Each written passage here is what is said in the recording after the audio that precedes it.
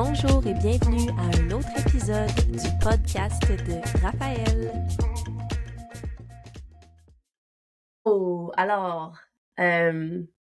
Ce que tu caches te contrôle. Ici, on va parler des parts d'ombre. L'ombre comme complice de l'évolution, l'ombre. En anglais, on appelle ça du shadow work. C'est un concept qui est très mécompris, qui peut faire peur, c'est souvent quelque chose qui est mal interprété. Moi, personnellement, c'est une de mes parties préférées de tout le travail psychologique, spirituel qu'on peut faire sur soi. C'est l'intégration de ces parts d'ombre. Puis qu'on le veuille ou non, en fait, il y a une lumière qui est disponible sans l'intégration de l'ombre. On peut pas avoir accès à toute la lumière sans l'intégration de l'ombre. Une image que je viens de lire dans un livre que je trouve qui fait une belle analogie pour une part d'ombre. En fait, une part d'ombre, c'est juste quelque chose qui est pas dans notre conscient. Donc, c'est vraiment quelque chose qui est caché dans le subconscient. Donc, l'image, c'est, imaginez que vous apportez un lunch avec vous au travail ou à quelque part que vous allez. On va dire au travail, puis on va imaginer un bureau de travail. Puis là, vous n'avez pas l'occasion de manger votre lunch tout de suite, donc vous laissez votre lunch dans un tiroir, vous refermez le tiroir et vous l'oubliez. Vous oubliez qu'il est là. Le lunch, il est pas mauvais en soi. Le lunch, c'est juste quelque chose que tu avais l'intention de manger, que tu as mis dans un tiroir, que tu as oublié.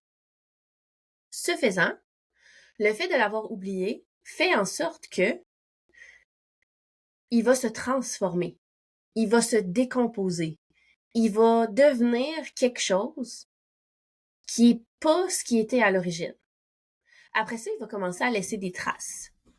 Laisser des traces comme une odeur désagréable qu'on sait pas c'est quoi, on sait pas d'où ça vient.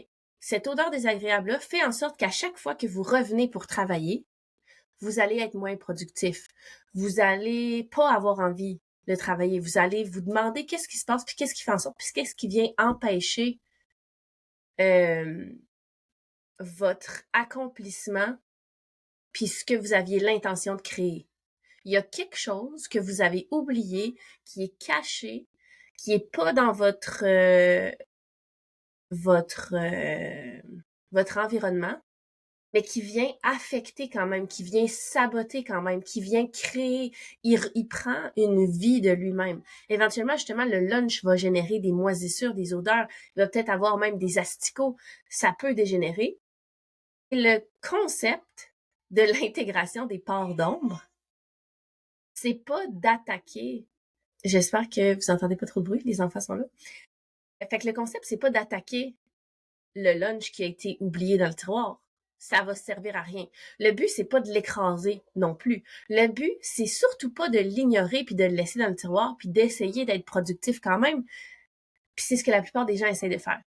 L'idée, c'est d'ouvrir le tiroir, de se remémorer c'est quoi que c'était à l'origine, le morceau qui a été déposé dans le tiroir, puis avec amour, de l'accepter et de le retransformer, donc prendre le tiroir, l'amener dans notre conscient, le regarder, voir qu'est-ce qui est dedans, et le nettoyer tranquillement. Ensuite, redéposer le tiroir, le refermer, et après ça, être en mesure de produire les résultats qu'on voulait produire assis à notre bureau. Ça, c'est une image. Puis c'est ça le concept d'une part d'ombre, fait que c'est souvent une partie de nous qui a été oubliée, qui a été rejetée, au fin fond de notre subconscient, qu'on sait même plus qui est là, mais qui va venir affecter notre vie, affecter notre quotidien, affecter nos relations, affecter notre productivité. Puis il y a un concept vraiment intéressant, puis ça vient encore de Jordan Gray, avec qui j'ai travaillé pendant plusieurs années. Jordan, il dit, ce que tu dirais pas au micro en avant de 100 000 personnes ou d'une centaine de personnes te contrôle. Et c'est là où on va voir qu'il y a beaucoup plus d'énergie qui est gaspillée à préserver une chose ou à éviter que quelque chose se sache versus la libération qui vient dans le fait de, encore là, révéler, dévoiler, intégrer toutes les parties de nous. On se promène pas dans la vie de la même façon quand on a intégré toutes nos parts d'ombre.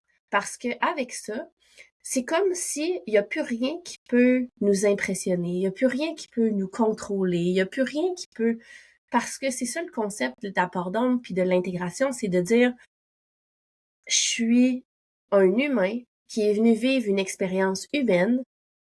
Tout ce que je fais, puis tout ce que j'ai fait depuis le début de mon existence avait une bonne raison d'être. J'ai fait de mon mieux. Et c'est que c'est comme cet idéal-là de pureté, puis de lumière, puis de bien, puis de mal. C'est là où je veux comme... Tu sais, on a une société qui vit très noir et blanc, très le bien et le mal, un système de récompense et de punition. Puis évidemment, l'enfant qui veut assurer sa sécurité, veut s'assurer très clairement elle est où la ligne entre le bien et le mal pour pouvoir être du bon côté de la ligne, pour pouvoir assurer sa sécurité physique, émotionnelle, mentale, etc. Ce qui fait que dès qu'on a le sentiment d'avoir fait quelque chose de pas correct, comme je vous dis, souvent ce qui arrive, c'est que dans le vocabulaire que les gens utilisent, puis même dans notre internalisation d'un concept quand c'est pas ça qui est dit, parce que c'est une question d'énergie, on va s'associer nous-mêmes avec la chose ou le comportement qu'on a fait, ou les choses qu'on a dit ou les comportements qu'on a eus. Je vais juste essayer d'arranger quelque chose ici. Je sais pas si ça fonctionne bien. Non, on dirait que ça fonctionne. OK. Ouais, c'est ça. Fait que dans la façon qu'on s'adresse à nos enfants, puis sinon même dans notre façon que les enfants reçoivent l'information, comme je vous disais, au lieu de dire t'as fait quelque chose de pas gentil, on va dire t'es pas gentil. Puis même quand c'est fait positivement, au lieu de dire merci beaucoup pour ce que t'as fait, j'aime ça, ça m'aide beaucoup, ça fait une différence pour moi, on va dire merci, c'est gentil. Et à la limite, ça se traduit par merci, t'es gentil. Fait que là, tout de suite, le cerveau puis l'humain étant ce qu'il est, puis on est fait pour survivre, on va associer les comportements à merci, t'es gentil, puis oh ça c'est pas gentil ou t'es pas gentil. Puis là, on va cacher dans le fin fond de notre subconscient tout ce qui est méchant, inacceptable, pas gentil, je peux pas croire que j'ai fait ça. Puis on va créer un personnage créé de toutes pièces à partir des morceaux qui sont valorisés, renforcés, aimés, acceptés, qui sont la source d'une validation extérieure. Puis c'est tout à fait normal, ça fait partie du processus. Puis là, ce qui arrive, c'est que dans le travail sur soi, on veut aller vers les parts d'ombre. Ça peut paraître paradoxal, ça peut paraître improductif ou contre-productif, mais la clé, c'est exactement ça. C'est de se familiariser avec toutes les parties de nous qu'on peut juger comme inacceptables. Puis je parle souvent de ça avec Émeric parce que c'est vrai que l'image qui est dégagée dans les films, dans les livres, c'est souvent le bien contre le mal, et le bien va triompher sur le mal en le détruisant. Puis c'est pas tout à fait ça. Puis ce que je trouve intéressant, c'est que là, dernièrement, Émeric et moi, on lisait Geronimo Stilton.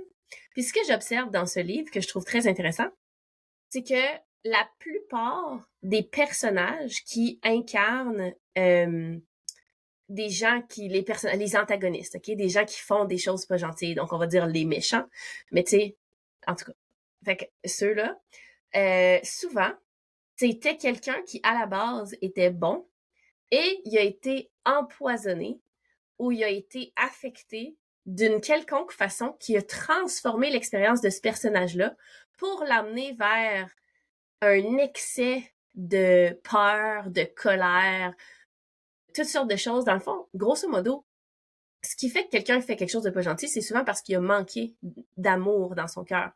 Puis c'est justement quand on a des parties d'ombre qui sont pas intégrées, qui vont crier de plus en plus fort, qui vont pourrir de plus en plus, qui vont faire en sorte que ils vont prendre le contrôle, dans le fond, du conscient et là, guider nos choix puis nos actions.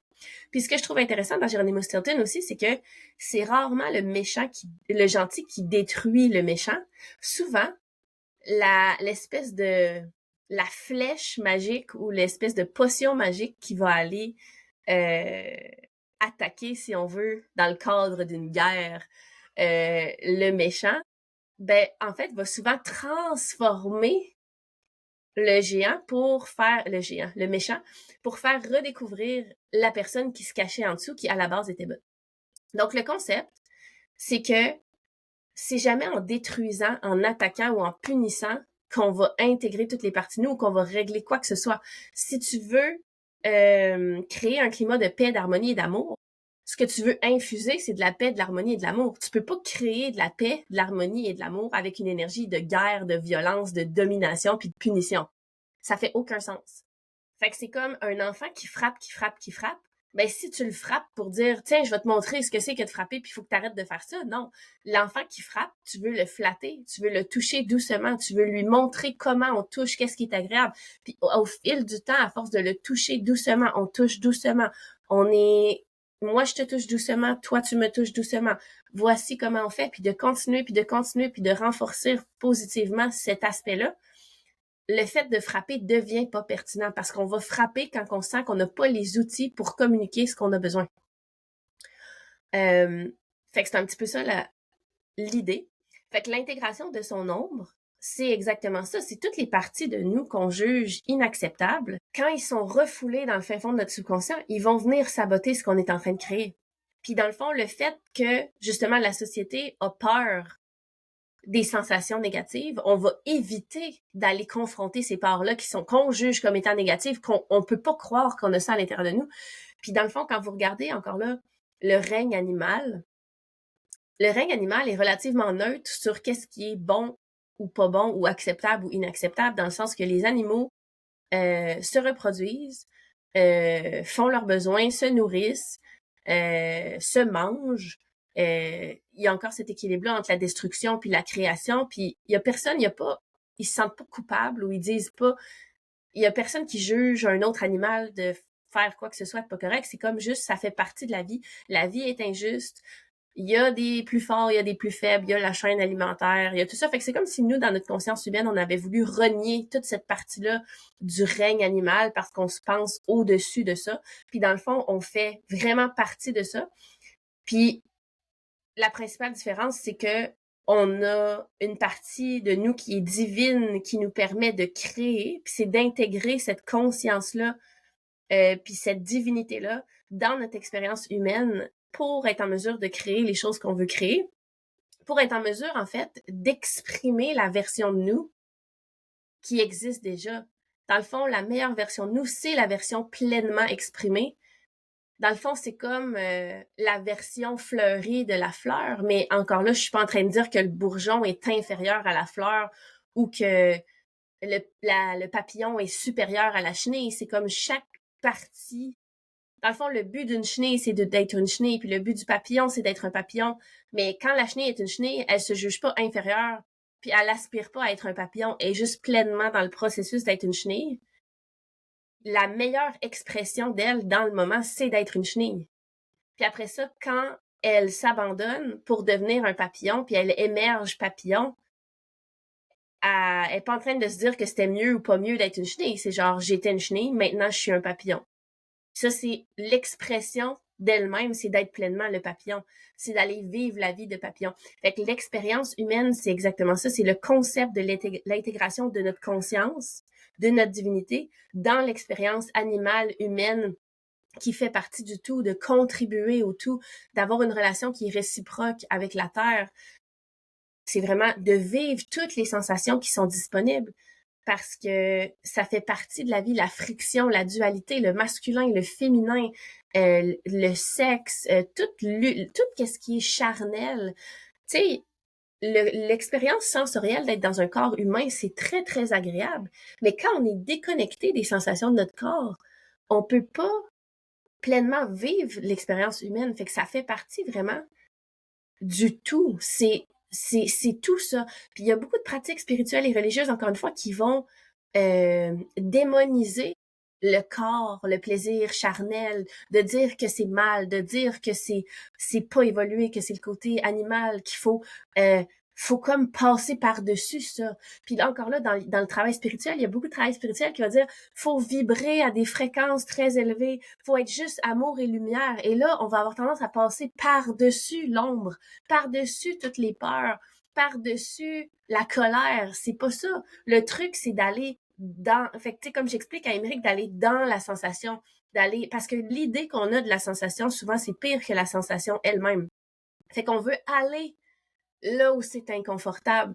On veut choisir d'aller vers les choses qu'on ne veut pas voir. Fait que l'idée, c'est de voir ce qu'on ne veut pas voir pour être en mesure d'être la personne qu'on veut être. Fait que la seule façon d'accéder à la lumière, à la liberté, à la création, c'est ce sentiment-là de liberté. Puis dans le fond, l'équivalent de toutes les parts d'ombre qui sont au fin fond du subconscient, c'est comme s'il y avait plein de morceaux de nous qui sont coincés dans une cage, puis après ça, on comprend pas pourquoi on se sent coincé. Mais tous ces morceaux-là qui sont coincés dans une cage ont un pouvoir sur nous, que ce soit conscient ou subconscient. C'est vraiment là. Puis encore une fois, je vous donne mon opinion, puis vous pouvez être d'accord ou pas d'accord, mais mon point de vue à moi, c'est que ça, c'est un concept que vous y croyez ou que vous y croyez pas. C'est une force qui va opérer en temps réel. C'est un petit peu comme la gravité. Que tu crois à la gravité ou que tu y crois pas, ça change rien au fait que la gravité fait partie de la vie, fait en sorte que je suis assis ici sur une chaise puis que je suis pas en train de flotter dans les airs. Mais là, je pourrais dire, moi, je crois pas en la gravité, puis je peux vivre une vie en me racontant l'histoire qu'il n'y a pas de gravité, mais le concept de moi qui marche sur la Terre, c'est un concept de gravité. Fait qu'il y a des lois spirituelles, énergétiques, psychologiques, tout ce que vous voulez, biologiques, qui font partie de notre système, puis qu'on y croit ou non, ils sont en train d'opérer, ils sont en train d'exister.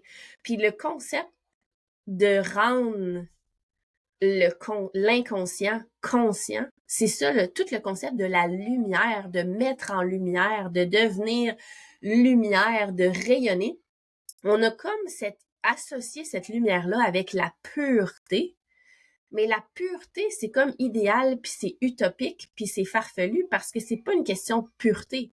La lumière, c'est l'entièreté de l'expérience. Et donc, le concept d'avoir accès à un niveau de conscience qu'on va dire comme étant supérieur, c'est juste un point de vue, mais le point de vue nécessite l'entièreté de l'expérience et non pas juste une partie. Puis une image que j'aimais beaucoup de ça, c'est que on va prendre un bâtiment, mais on va prendre une maison, comme ici, juste pour le fun. Fait que là, en ce moment, je suis au sous-sol, dans ma pièce de yoga. J'ai un point de vue, en ce moment, sur ma réalité. J'ai 4 murs, j'ai même pas de fenêtre. Fait que j'ai 4 murs, j'ai le plafond, j'ai le plancher, j'ai mon expérience du sous-sol. Si je sors de ma pièce, je vais vivre une autre expérience. Je vais avoir un autre point de vue. Mais le fait que je sois dans le sous-sol, c'est indépendant de tout ce qui se passe à l'extérieur. C'est juste mon point de vue qui est différent. Et là, si je montre au rez-de-chaussée puis je regarde par la fenêtre, j'ai un point de vue différent de celui que j'avais quand j'étais dans le sous-sol.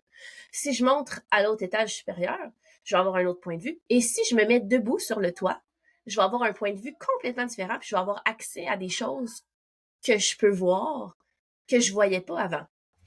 Puis la clé ici, c'est que si on est déjà debout sur le toit, qu'on a accès à un point de vue, l'aspect non négligeable, c'est que tout ce qui est dans le reste de la maison puis de la fondation jusqu'au sous-sol va venir affecter le reste de l'écosystème et du point de vue et de la vision et de la création.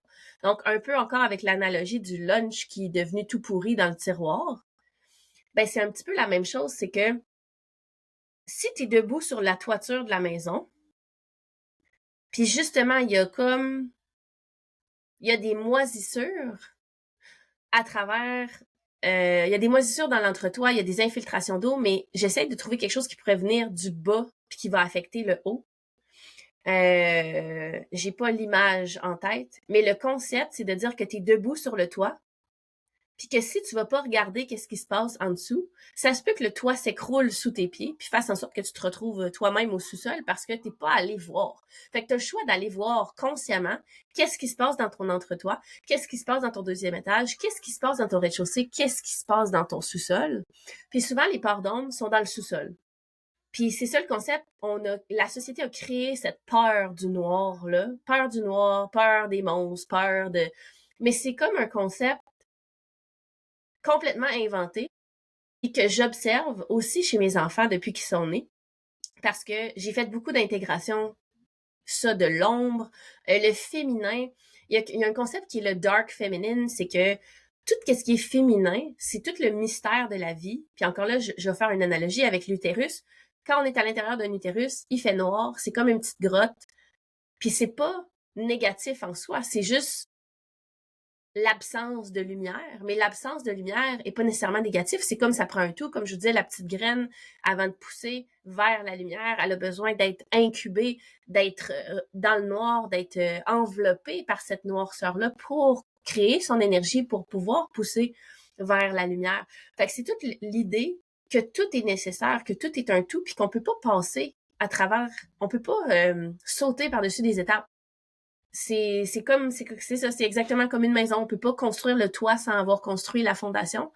Fait que c'est vraiment un écosystème. Puis la différence, c'est qu'aussi, c'est que c'est comme quelque chose de vivant.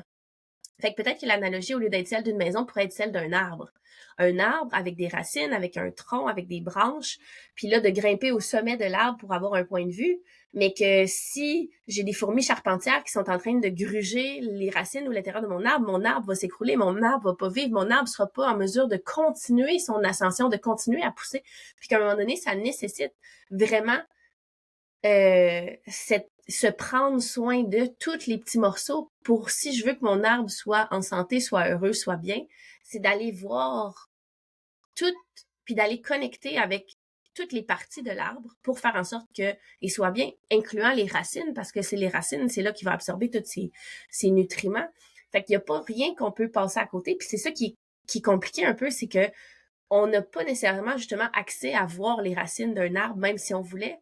Fait que ça nécessite un genre de travail en profondeur pour aller naviguer des endroits qu'on n'a pas appris à naviguer, puis que souvent on a besoin de se laisser guider pour aller dans les profondeurs de ça, pour avoir accès à cette noirceur-là, mais qui est comme une noirceur payante. Puis dans le fond, on associe le noir à quelque chose de négatif.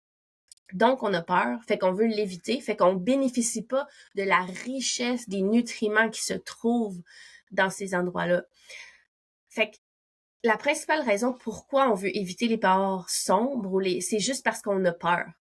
Mais dans le fond, l'idée de cette conscience supérieure de l'être humain, c'est d'être capable d'aller dans la peur, d'aller vers la peur et de rassurer notre cerveau que la peur que j'ai là, de la partie de moi qui pourrait justement aimer mentir, OK? La peur de cette partie-là fait en sorte que c'est comme s'il y avait un tigre ou un lion qui voulait me manger et donc je vais l'éviter à tout prix. Mais là, c'est d'aller vers ces parts-là, de les aimer, de les accepter. Puis, comme je vous disais dans l'autre, c'est pas d'aimer puis d'accepter, ça veut pas dire que c'est fixe, puis que c'est qu'on est condamné à être comme ça pour toujours. Ça veut juste dire je les vois. Puis souvent, un peu comme la boîte à lunch là, qui est pourrie dans un tiroir, le fait de le voir te permet d'être en mesure de le nettoyer, te permet d'être en mesure d'avoir une expérience différente, versus le fait de ne pas le voir va avoir beaucoup plus d'impact dans ta vie sur le long terme que le fait de le voir. Fait que c'est un petit peu ça le concept. Mais on veut l'éviter parce que c'est inconfortable. La société moderne a tendance à vouloir éviter la douleur, éviter les sensations désagréables parce qu'on n'est pas habitué à ressentir, on est habitué à se faire distraire puis à être engourdi. Fait que dès qu'il y a quelque chose de désagréable, on veut l'éviter à tout prix, mais fait que c'est pourquoi on évite aussi les parts de notre subconscient qui peuvent avoir un impact sur notre vie sans qu'on s'en rende compte. Puis le pouvoir de l'intégration, c'est justement cette transformation-là. Puis une fois qu'on intègre le tout, ça nous permet une compréhension, encore là, un point de vue beaucoup plus grand de nous, de notre intérieur de nous, mais ça libère. Parce que dans le fond, là, Une autre analogie qui est assez drôle, qui vient de Alison Armstrong, dans le fond, c'était ça le concept de laisser aller des concepts, laisser aller. Elle disait, ça nécessite beaucoup plus d'énergie de ne pas péter que de péter. Puis, vous le savez toutes, là. Si vous vous promenez au bureau ou dans une pièce ou genre dans la maison, puis là, t'essayes de retenir ton pet, là, les fesses serrées, puis tu marcherais, puis là, t'essayes de le retenir, là. Beaucoup plus d'énergie que de juste péter puis dire « Ah, excusez ». Fait que pensez-y, là, puis je veux que ça reste encore là gravé en votre mémoire. C'est la plus belle analogie parce que ça va nécessiter beaucoup plus d'énergie d'essayer d'être attaché à des parts de notre identité, de dire moi je suis pas comme ça, ou tu sais, comme je décrivais, moi je suis pas flexible, puis je serai jamais flexible, puis de préserver ça, ça nécessite beaucoup plus d'énergie que juste dire, d'être ouvert à considérer toutes les possibilités puis de dire je vais l'essayer, voir ce que ça donne. Puis après ça, c'est d'être à l'écoute de nous à chaque moment puis de dire je fais l'exercice d'essayer de toucher mes orteils à tous les jours. Est-ce que j'aime ça? Est-ce que ça me procure un plaisir? Oui, non, peut-être. En fait, c'est d'être neutre, puis d'observer toutes les choses, d'observer les sensations, puis d'être curieux des sensations. Puis ça, c'est quelque chose qui arrivait aussi dans le cadre d'une autre formation, qui était plus de nature sexuelle, là où il y avait un questionnaire qui voulait que, encore là, avec le mental, ça, là, c'est vraiment une belle analogie. Fait que dans le fond, c'est que le corps, il ment jamais. Puis là, tu as comme un questionnaire pour trouver c'est quoi le genre de toucher que tu aimes. Fait que là, tu remplis un questionnaire, ça j'aime ça j'aime pas ça m'allume, ça m'allume pas. Fait que là, tu le remplis avec ton mental. Et la prochaine partie de l'exercice, c'est de le faire avec ton corps physique, avec différents styles de toucher. Et souvent, le résultat de ce qui a été fait physiquement va être complètement différent du résultat mental. Mais c'est parce que tu peux pas choisir la réponse de ton corps à un style de toucher puis la sensation que ça va te faire d'être allumé ou pas par quelque chose que dans ton conscient, tu pensais pas que tu avais le droit d'être allumé par ça. Fait qu'un des concepts comme ça, je sais pas c'est quoi, kinky, là, c'est genre fétiche, là. Puis après ça, là, on peut aller loin, là, si vous voulez, comme je vous dis, vous ferez vos propres recherches. Mais le concept kinky, c'est juste, il y a du kinky qui est physique, puis il y a du kinky qui est psychologique. On va y aller avec la base, là, tous les concepts de, je sais pas moi, de se faire attacher avec une corde ou des trucs comme ça. C'est comme, tu peux décider avec ta tête que t'aimes pas ça, puis que t'as pas envie d'essayer. Puis après ça, exemple, que quelqu'un dit, OK, pour le bénéfice de ton expérience humaine, on veut découvrir vraiment lesquels touchés vont te générer le plus de plaisir. Et là, quelqu'un va t'attacher, te nouer les mains, puis là, tu vas pouvoir connecter avec les sensations dans ton corps. Est-ce que ton corps aime ça ou aime pas ça? Est-ce qu'il y a une sensation, justement, de panique qui va te rappeler un autre moment de ta vie? Ou est-ce que tu es en mesure de relaxer puis de sentir que tu es en sécurité? Est-ce que c'est neutre? Tu sais, c'était tout ça le concept de l'intégration de l'ombre, c'est de dire, dans le fond, là où il y a une charge physique, émotionnelle, mentale, énergétique, c'est comme, fait vraiment une décharge électrique, c'est comme intense. Fait que dans le fond, l'idée, c'est d'aller ramener ça au neutre. Fait que c'est pas un pôle ou l'autre pôle, c'est pas, c'est ça, c'est pas, comment je dirais ça? C'est pas le tout ou rien, c'est le neutre. Comme un peu, si je vous dis, est-ce que tu aimes le saumon? Exemple que je suis un serveur. Puis là, je dis, est-ce que vous voulez du saumon, madame? Là, j'ai des petites bouchées là, dans un 5 à 7 de professionnel. Fait que là, j'ai un petit plateau. Voulez-vous du saumon? Non, merci. Puis là, tu t'en vas. Mais si je te propose un plateau, voulez-vous du saumon? Non! Puis là, grosse réaction intense. Ben là, il y a quelque chose à regarder là. Puis là, encore une fois, je te propose du saumon, puis là, tu pars à la course, puis tu sors de la pièce. Il y a quelque chose à regarder. Fait que là, c'est de dire, je vais aller vers le saumon, puis je vais être curieuse. Exemple, que quelqu'un me propose du saumon, puis que j'ai une réaction vraiment intense, viscérale. C'est là, je vais essayer d'aller creuser pour savoir c'est quoi.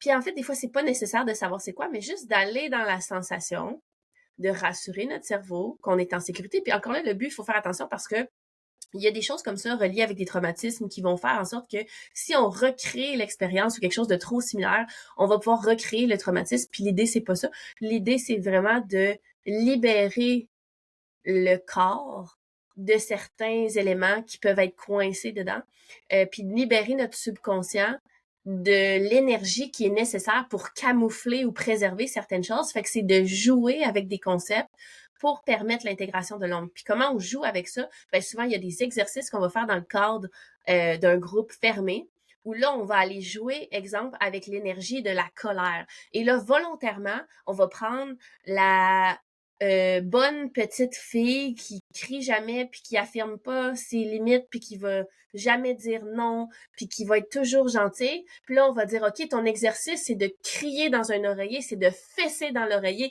Si je veux sortir, je veux sentir le cri de rage qui sort de ton bas ventre, comme si tu étais un animal sauvage. Je veux sentir ce feu-là sortir de toi.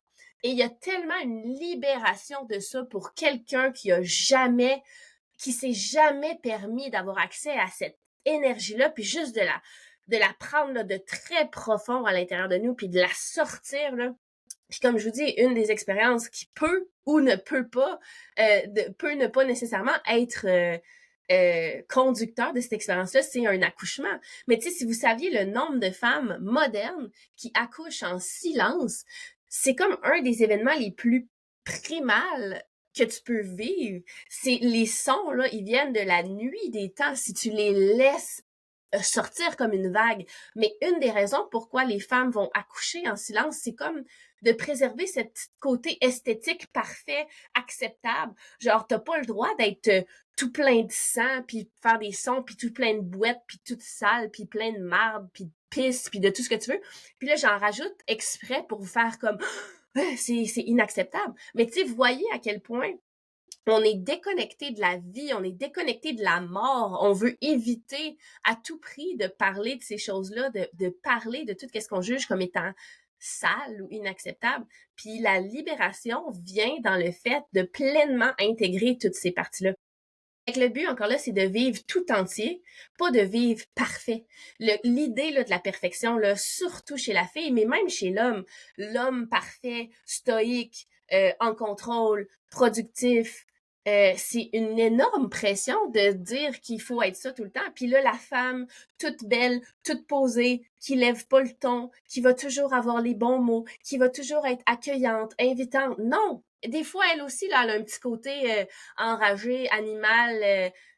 Puis justement, moi, là où j'ai connecté avec cette partie-là de moi, c'est en devenant maman. Fait que là, c'est genre, OK, je suis un mammifère. Là, j'ai eu un moment de révélation enceinte, puis là, pleine d'hormones, puis justement avec le concept, tu sais, les odeurs corporelles, ça aussi, c'est quelque chose qu'il faut absolument pas parler, mais je m'excuse, là, t'es une femme enceinte avec des hormones, t'as plein de poils qui poussent partout, t'as tous tes déodorants qui fonctionnent plus, puis là, j'étais genre, OK, ça y est, là, je suis une grosse femme enceinte poilue qui pue, puis tout est parfait, mais c'est parce que j'étais enceinte, c'est parce que j'étais en train d'intégrer toutes ces parties-là, parce que sinon, on évite d'aller vers cette expérience-là. Puis là, on veut aller vers toute le petit esthétique, shooting photo avec un drap blanc, tout parfait. Puis tu sais, je veux dire, la réalité, c'est pas nécessairement ça. C'est que la maternité va te faire... Moi, j'avais une ligne là, sur ma bedaine, une ligne toute noire. J'avais le nombril qui ressortait.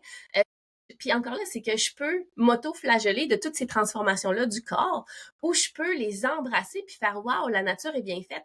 La petite ligne-là, c'est comme un indicateur pour comme guider le chemin vers du milieu de ton corps jusqu'à tes mamelons. Tes mamelons deviennent foncés pour que le bébé, quand il naît, puisse mieux les retrouver. Tout ça est super intéressant, puis c'est fascinant. Fait que tu peux aller vers l'expérience de dire pourquoi mes hormones font en sorte que je sens cette odeur-là, pourquoi j'ai des poils qui poussent partout. Puis tu sais, encore là, pourquoi ça sert à rien, mais juste la curiosité puis la fascination de dire que tout est parfait, que ce qui est dans vos cellules est là depuis la nuit des temps, puis que le but, c'est pas d'être dans le déni de ça, mais c'est de dire, OK, une fois que je sais tout ça, là, biologiquement, le but de tout ça, après ça, comment j'amène mon niveau de conscience pour être en mesure de créer avec cette densité-là corporelle, qu'est-ce que j'ai envie de créer pour mon corps, pour mon expérience, pour mes enfants, en ayant, tu sais, c'est comme de vouloir enseigner ce concept-là de liberté dans son corps à un enfant. Ah oui, c'est ça que j'ai oublié de dire tantôt avec l'histoire de la peur du noir, c'est que chez nous, on a beaucoup pratiqué le cododo, ce qui fait que la noirceur, j'ai un peu envie d'éternuer, je m'excuse, ça se peut que je me fasse interrompre. Autant Émeric que Charlize, pour nous, la nuit, c'est un moment où il fait noir. Il peut faire noir, noir, noir, comme dans une grotte, là, quand on dort à l'érablière familiale. Puis on est collé, on est bien, puis on se sent en sécurité, tout le monde. Moi, je me sens en sécurité d'avoir mes 2 enfants collés sur moi, puis eux, ils se sentent en sécurité. Fait il y a personne dans les enfants chez nous à date, puis encore là, 7 ans, 2 ans, qui ont cette peur du noir-là. Mais comme je vous dis, je fais attention aussi à ce que je veux intégrer dans leur cerveau à cet âge-là. Peut-être que ça va changer en vieillissant. Je sais pas tout à fait comment gérer encore cette exposition-là à tout ce qui est là dans la vie. Fait que préserver un peu leur innocence. Donc, je fais attention quand même à ce que je voulais dire. Les images ou fait que ce soit les livres, les films ou quoi que ce soit, tout ce qui rentre dans leur petite tête ou dans leur cerveau, les idées, genre, je suis quand même...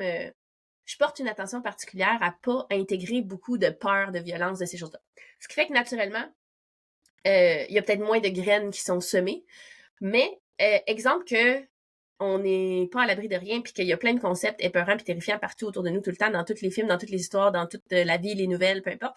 Fait que l'exemple, ils ont quand même un niveau d'exposition, disons, normal, malgré que le fait qu'on fait l'école à la maison, puis tout ça peut faire en sorte qu'ils puissent être moins exposés que d'autres enfants. Mais tout ça pour dire que l'idée pour eux d'associer le noir à quelque chose qui fait peur, tu sais, quand tu associes le noir à de la solitude, de l'isolation, un sentiment de penser que tu vas mourir, ben c'est normal que tu aies peur du noir. Mais si le noir, pour toi, c'est juste un moment où tu te sens en paix, t'as aucun stimuli visuel, puis à la limite, c'est comme une ambiance feutrée, tamisée, agréable, remplie de chaleur humaine, puis pour mes bébés d'allaitement,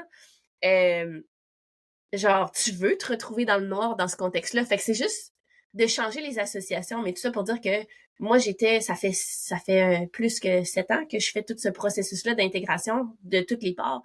Fait que c'est aussi dans ce que je veux enseigner à mes enfants par rapport à tout ce qui est leur corps. Fait que de pas créer de culpabilité ou de ces choses-là, d'avoir une fonction corporelle, là, justement, le pipi, caca, pète, rotte, tout ce que tu veux, des poils. Fait que c'est comme, t'as un corps humain, il fait ce qu'il fait, puis après ça, le but, c'est pas de leur enseigner à ne pas savoir vivre en société. Fait que je vais quand même leur enseigner toutes les bases de, comment t'appelles ça, l'étiquette. L'étiquette en société puis à la table. Mais le but, c'est d'amener ça d'un endroit, pas de c'est inacceptable de faire ça. C'est juste comme, voici ce que ton corps fait.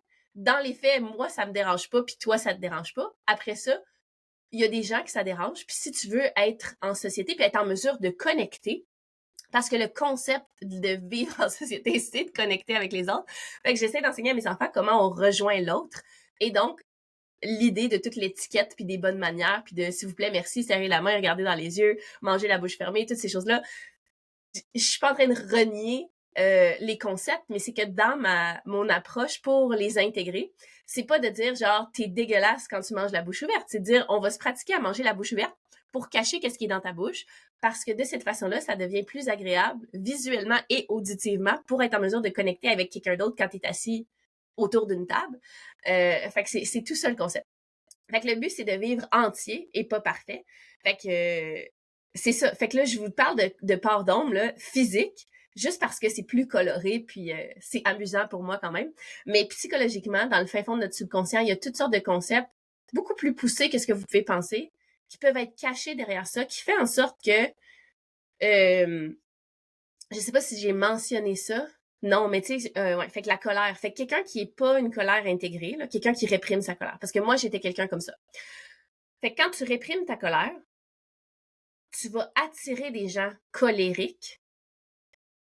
Puis après ça, tu vas comme les juger sur leur incapacité à gérer leur colère. Fait que ça te demande tellement d'énergie à toi de garder ta colère enfouie, de garder le contrôle, de toujours respirer. Puis à la limite, t'es tellement habitué de le faire que tu te rappelles plus à quel point ça te demande de l'énergie de toujours garder le contrôle. Mais là, tu vas t'entourer de quelqu'un, de gens qui sont colériques, qui explosent à tout moment. Puis eux, sont pas plus responsables avec leur colère. Et, tu vas les juger, puis tu vas réussir à te sentir supérieur, de toi garder le contrôle. Puis lui, fait que ça s'appelle, je sais plus, en anglais, il y a un terme qui s'appelle displacement. Fait que c'est comme, imaginez comme ouais, un déplacement. Fait qu'un déplacement de qualité sur un spectre là, qui va comme t'emmener dans des extrêmes, ce qui fait que quelqu'un qui exprime jamais sa colère va être avec quelqu'un de très colérique. Quelqu'un qui rit jamais va être avec quelqu'un qui veut toujours rire. Fait que là, c'est comme d'aller chercher justement, on va chercher subconsciemment ces parts d'ombre-là à l'intérieur de nous, c'est comme si t'as la partie, le personnage de toi là, qui a été créé, là, qui est tout mis en lumière, puis t'as comme une autre version de toi qui est toutes des morceaux décousus, toutes perdus, qui sont dans des cages dans le fin fond de ton subconscient. Puis pour essayer de un peu libérer ces parties-là de toi sans que tu le saches, tu vas aller les chercher chez l'autre, mais un peu dans l'excès, versus justement d'aller intégrer puis libérer tous les petits morceaux de toi dans des petites cages pour aller chercher la partie de toi qui a envie de connecter avec sa colère, aller chercher la partie de toi qui a envie de plus de plaisir, puis de joie, puis de simplicité. Fait que c'est beaucoup, beaucoup d'informations dans un épisode, mais j'espère que ça va être quelque chose qui va pouvoir au moins semer une graine de dire, OK, les choses que je pense, la raison principale pour laquelle je pense que je fais les choses et la raison principale pourquoi je pense que je juge les autres est peut-être pas la raison que je pense. Puis que c'est souvent relié avec nos parts d'ombre. Fait que tout ce qui est justement l'envie, la jalousie, tu sais, il y a tout le concept de dire « Ah ben si elle peut l'avoir, ça veut dire que moi je peux pas. » Ou tu sais, il y a plein de choses versus, tu sais, c'est ça tout le concept avec la beauté féminine aussi, tu sais, d'être capable de voir une femme, de la trouver belle, dire « Wow! » Genre de se faire des compliments. Nous, tes cheveux sont vraiment beaux, ta robe est vraiment belle, wow, ton énergie, j'aime ce que tu dis. Tu sais, dans le fond, c'est comme si, encore là, cette énergie de manque en lien avec l'épisode sur l'abondance, c'est comme si on avait l'impression que le fait que quelqu'un d'autre ait quelque chose fait en sorte que nous, on puisse pas l'avoir. Mais le concept, c'est exactement ça. C'est plus, si c'est possible pour toi, puis que toi, t'es un être humain, puis moi, je suis un être humain, ça veut dire que c'est aussi possible pour moi. Puis rendu là, il reste juste à savoir qu'est-ce qui fait en sorte que comment je peux créer, comment je peux changer, modifier ma réalité pour être en mesure de créer ou d'obtenir la chose qui m'attire chez l'autre. Puis c'est juste souvent une question de... C'est des skills, c'est tout s'apprend. Fait que dans le fond, tout s'apprend. Fait que je te dis pas que si t'es un humain, tu vas être capable de nager dans l'eau comme un poisson puis respirer en dessous de l'eau. Puis encore là, d'une façon détournée, on a réussi à un peu imiter le concept du poisson avec la plongée sous-marine, puis imiter les oiseaux avec des avions. Fait que, tu sais, il y a moyen détourné d'apprendre à faire tout, dans le fond, en observant tout ce qui est faisable sur la planète. Fait que, dans le fond, je vous dis que tout est possible. C'est juste que, puis d'observer, dans le fond, notre jugement des autres, puis notre jugement de nous-mêmes, puis souvent, là, quand on se sent supérieur, là, puis sainte ni touche de « Ah, les gens qui sont menteurs sont comme ça, puis moi, je suis comme ça. Ah, les gens qui sont infidèles sont comme ça, puis moi, je suis comme ça. Ah, les gens qui ont de l'argent sont comme ça, puis moi, je suis comme ça. » Ben, toutes ces petites affaires-là, souvent, il y a de l'ombre cachée là, puis c'est une de mes parties préférées, de mettre en lumière ça chez chez les autres, parce que souvent, moi, je le vois. Je le vois, je le ressens, je le sais, je sais pas pourquoi. Ça fait partie de mes dons. Ce qui m'a permis de faire un travail sur moi en profondeur. Puis souvent, en fait, justement, tu peux pas voir, encore Jordan qui disait ça, tu peux pas voir l'étiquette de l'intérieur du pot. Ce qui fait que pour me permettre à moi de me voir moi, c'est pas nécessairement moi, ça va être les autres. Fait que dans le fond, mais je vais être à l'écoute de la réflexion des autres, de moi. Fait que ce soit des amis, de la famille ou justement des coachs, des thérapeutes, des mentors, c'est souvent ce feedback-là qui va me permettre à moi de me voir, mais tout le monde, on a des angles morts. Le concept, c'est ça, c'est d'avoir des angles morts puis de ne pas le voir. Puis on n'est pas en mesure de nous voir nous-mêmes. C'est toujours plus facile de le voir chez l'autre. Mais dis-toi que ce que tu vois chez l'autre, souvent, c'est un reflet de toi. Fait que, tu sais, il y a vraiment moyen de travailler avec la vie comme étant une méditation active, de toutes les choses qui vont générer, comme je vous dis, quelque chose avec une grosse charge émotionnelle. Ben là, c'est d'être curieux. Oh, c'est quoi ça? Puis là, en quoi ça a le rapport avec moi? Qu'est-ce que l'autre personne fait? Fait que, tu sais, à chaque fois que tu es réactif, à chaque fois que tu as un jugement, à chaque fois que tu as une réaction intense envers toi-même ou envers l'autre, tu sais, exemple que tu essayes de relaxer, puis là, tu sais pas pourquoi, mais c'est comme si tu te donnais pas le droit de relaxer, puis t'es genre, vite, lève-toi, t'es paresseux. Tu sais, écoute la voix dans ta tête là, qui va te dire, là, lève-toi de ton cul, puis arrête de tourner en rond, puis tu devrais être productif, puis t'as pas le droit de te reposer, puis là, t'es genre, ça vient de où, ça? Est-ce qu'il y a quelqu'un dans ma vie qui a déjà dit ça? Puis là, de comme connecter avec ton corps, puis ton enfant intérieur qui a peut-être besoin d'être rassuré que c'est sécuritaire, autorisé, acceptable de se reposer. Fait que c'est toutes des petites parties comme ça qui sont cachées dans l'ombre que des fois on a besoin de se faire refléter. Puis c'est souvent ça qui fait en sorte qu'on est bloqué en fait. Puis c'est le fait de prendre conscience de morceau comme ça, venant d'une personne neutre, qui va nous le refléter là, vraiment comme un miroir, de dire genre, est-ce que tu peux observer telle chose? Puis juste d'être prêt à considérer. Fait que c'est comme de prendre le morceau de linge, un peu comme une cabine d'essayage, puis de le mettre, puis de voir, est-ce que ça me fait ou ça me fait pas? Tu sais, quand le concept de mets le chapeau si ça te fait, ben c'est exactement ça. Fait que c'est d'être prêt à considérer l'élément qui nous est reflété, de le prendre, de travailler avec, puis de voir si ça libère quelque chose, si ça ouvre quelque chose. Puis souvent, ça va être le cas. Puis les parties qui nous bloquent, justement, c'est pas pour rien qu'on est bloqué, c'est que ça fait partie de notre subconscient, on le voit pas. Fait que l'élément que tu as besoin pour te débloquer, souvent, ça prend quelqu'un d'autre pour te le dire. J'avais déjà écrit ça à quelque part, mais c'est comme quand tu as quelque chose entre les dents, puis t'as pas de miroir. Ben justement, ça te prend quelqu'un qui va dire hey, t'as de quoi entre les dents, ou ça te prend un miroir. Puis souvent, il y a des gens qui vont te servir de miroir, ou des situations de vie qui vont te servir de miroir, ou justement l'idée du coach ou thérapeute de dire hey, t'as quelque chose entre les dents, voici ce que tu peux faire pour comme l'arranger.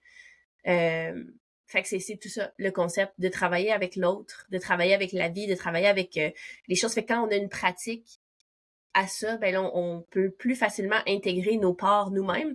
Mais comme je dis, il y a toujours des parties qu'on voit pas, puis c'est ça qui est le plus intéressant. Fait que ça, c'est clairement ma partie préférée, qui me rend le plus passionnée, parce que je trouve que le subconscient est fascinant, les parts d'ombre sont fascinantes, tout ce que j'ai découvert à l'intérieur de moi, je sais que moi, c'est ça. Puis là, à partir du moment où tu le sais, tu peux arrêter de créer ça. Puis là, après ça, il y a toutes sortes de pratiques pour intégrer tout ce savoir-là à l'intérieur de ton corps. Puis après ça, de laisser aller.